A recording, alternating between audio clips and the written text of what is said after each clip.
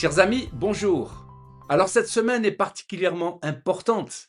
Dans les synagogues, on lit la paracha où Amalek doit être effacé de la mémoire. Nous sommes dans le temps de Pourim, la guerre vient de commencer. Et c'est le mois de Hadar, le mois qui nous parle de l'histoire d'Esther, de la victoire sur Aman et ses plans de destruction du peuple juif. L'actualité brûlante concernant la guerre avec l'Iran des Mollahs, la Perse de Haman, nous montre combien nous devons saisir les enjeux spirituels et les implications pour notre vie et pour l'Église. Il est non seulement important de connaître la Bible avec notamment le livre d'Esther avec le roi Assuérus, Mardoché et Haman, mais aussi de connaître l'histoire avec un grand H en discernant la main de Dieu dans les événements politiques et spirituels dans les siècles passés. Comme dans le livre d'Esther où Dieu ne se montre pas dans le texte, c'est sa main invisible qui agit. Soyons conscients de cela. Les frères Moraves. En 1722, le comte de Zinzendorf acquiert un domaine en Haute-Lusace qui est la Pologne actuelle. Et c'est ici que le comte accueille un groupe de frères tchèques sur sa terre. Ils étaient chassés de Moravie par les persécutions religieuses et il fonde la communauté des frères moraves, l'appelant Ernut, c'est-à-dire la protection divine. Psaume 84, versets 4 à 7. Le passereau même trouve une maison, et l'hirondelle un nid où elle dépose ses petits. Tes autels, éternel des armées, mon roi et mon Dieu. Heureux ceux qui placent en toi leur appui. Lorsqu'ils traversent la vallée de Baca, ils la transforment en un lieu plein de sources, et la pluie la couvre aussi de bénédictions.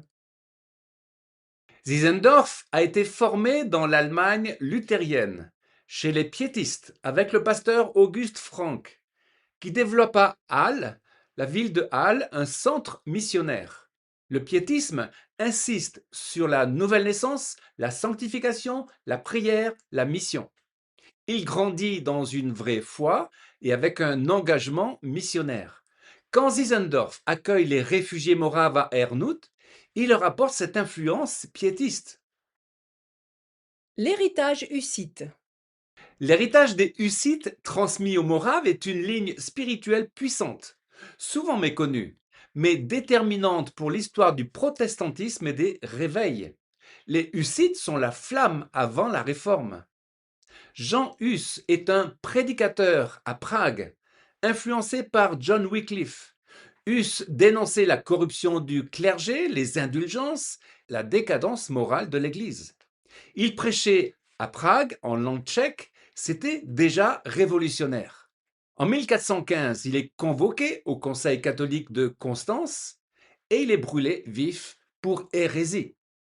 Après la mort de Jean Hus, après des guerres, surgit un courant pacifique au XVe siècle, les frères bohémiens.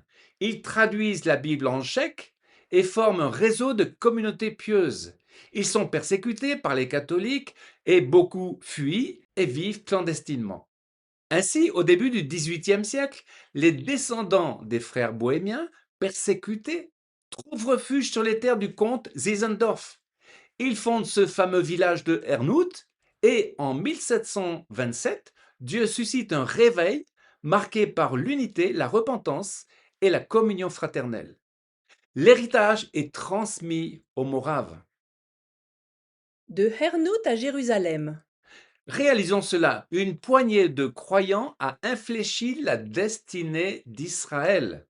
Nous sommes en 1727, une petite communauté, les frères moraves, ils se mettent à prier. La prière ne s'arrête pas, cette prière durera 100 ans. Et au cœur de cette intercession, il y a un sujet prophétique, la fidélité de Dieu envers Israël, le retour du peuple juif, la restauration de Sion. Alors que l'Église en Europe dit que Dieu en a fini avec Israël, eux, les Moraves, déclarent non, l'alliance demeure. Dieu se souvient de Sion. Ésaïe 62, versets 6 à 7. Sur tes murs, Jérusalem, j'ai placé des gardes. Ils ne se tairont ni jour ni nuit. Vous qui la rappelez au souvenir de l'Éternel, point de repos pour vous, et ne lui laissez aucun relâche jusqu'à ce qu'il rétablisse Jérusalem et la rende glorieuse sur la terre. L'influence des Moraves. Avec John Wesley, Dieu transporte la flamme. Wesley traverse une tempête en bateau. Il a très peur. Et là, il voit les Moraves, un groupe de Moraves. Ceux-ci ne crient pas, ils ne paniquent pas, mais au contraire, ils chantent et adorent Dieu. Et revenant à Londres, le cœur de Wesley est embrasé. Il se met à prêcher une vérité qui va bousculer son époque. Dieu n'a pas rejeté Israël, les promesses sont encore valables, le retour du peuple juif viendra.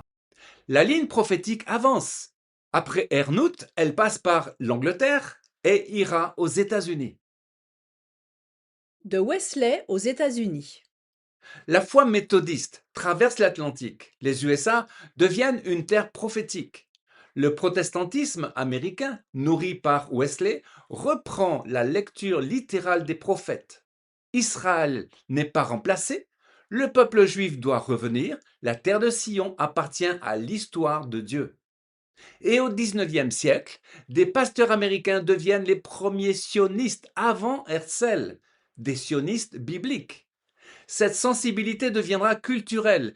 Elle imprégnera l'Amérique profonde, ses églises, ses universités.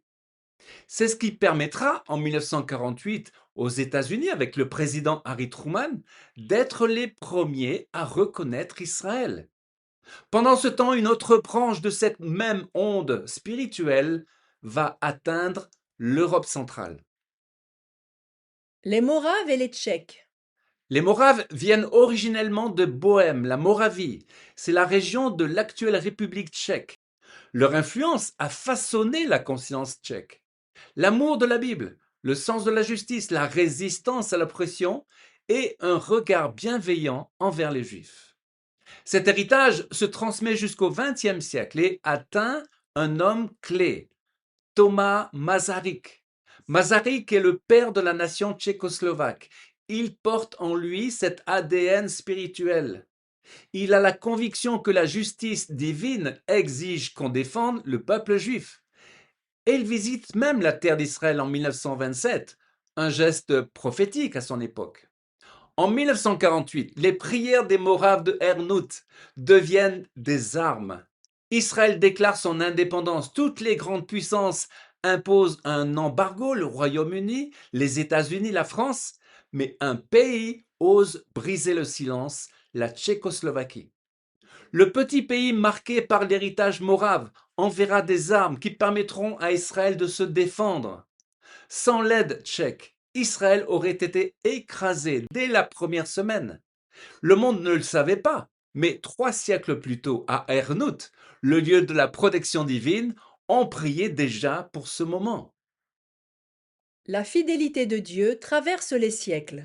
Les Moraves ignoraient qu'en priant pour Israël, ils posaient une pierre pour la création de l'État hébreu en mai 1948.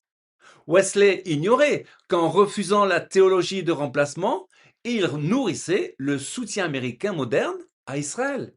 Et Masaryk ne savait pas qu'en défendant les Juifs, il préparait l'armement qui sauverait l'État d'Israël naissant. Mais Dieu, lui, savait. L'histoire de Hernout à Jérusalem nous enseigne cette vérité. Ce que Dieu prépare dans le secret finit toujours par éclater dans l'histoire. L'onde de fidélité envoyée à Israël depuis 3 siècles continue aujourd'hui encore dans les nations, dans les croyants, dans les intercesseurs. Ésaïe 62, verset 1. Pour l'amour de Sion, je ne me tairai point. Pour l'amour de Jérusalem, je ne prendrai point de repos, jusqu'à ce que son salut paraisse comme l'aurore, et sa délivrance comme un flambeau qui s'allume. Chers amis, sachons voir la main de Dieu dans l'histoire des hommes et prions pour que l'amour de Sion jaillisse dans le cœur de l'Église et en premier lieu dans notre cœur. Amen. Chers amis, à une prochaine fois pour une nouvelle vidéo en direct de Jérusalem.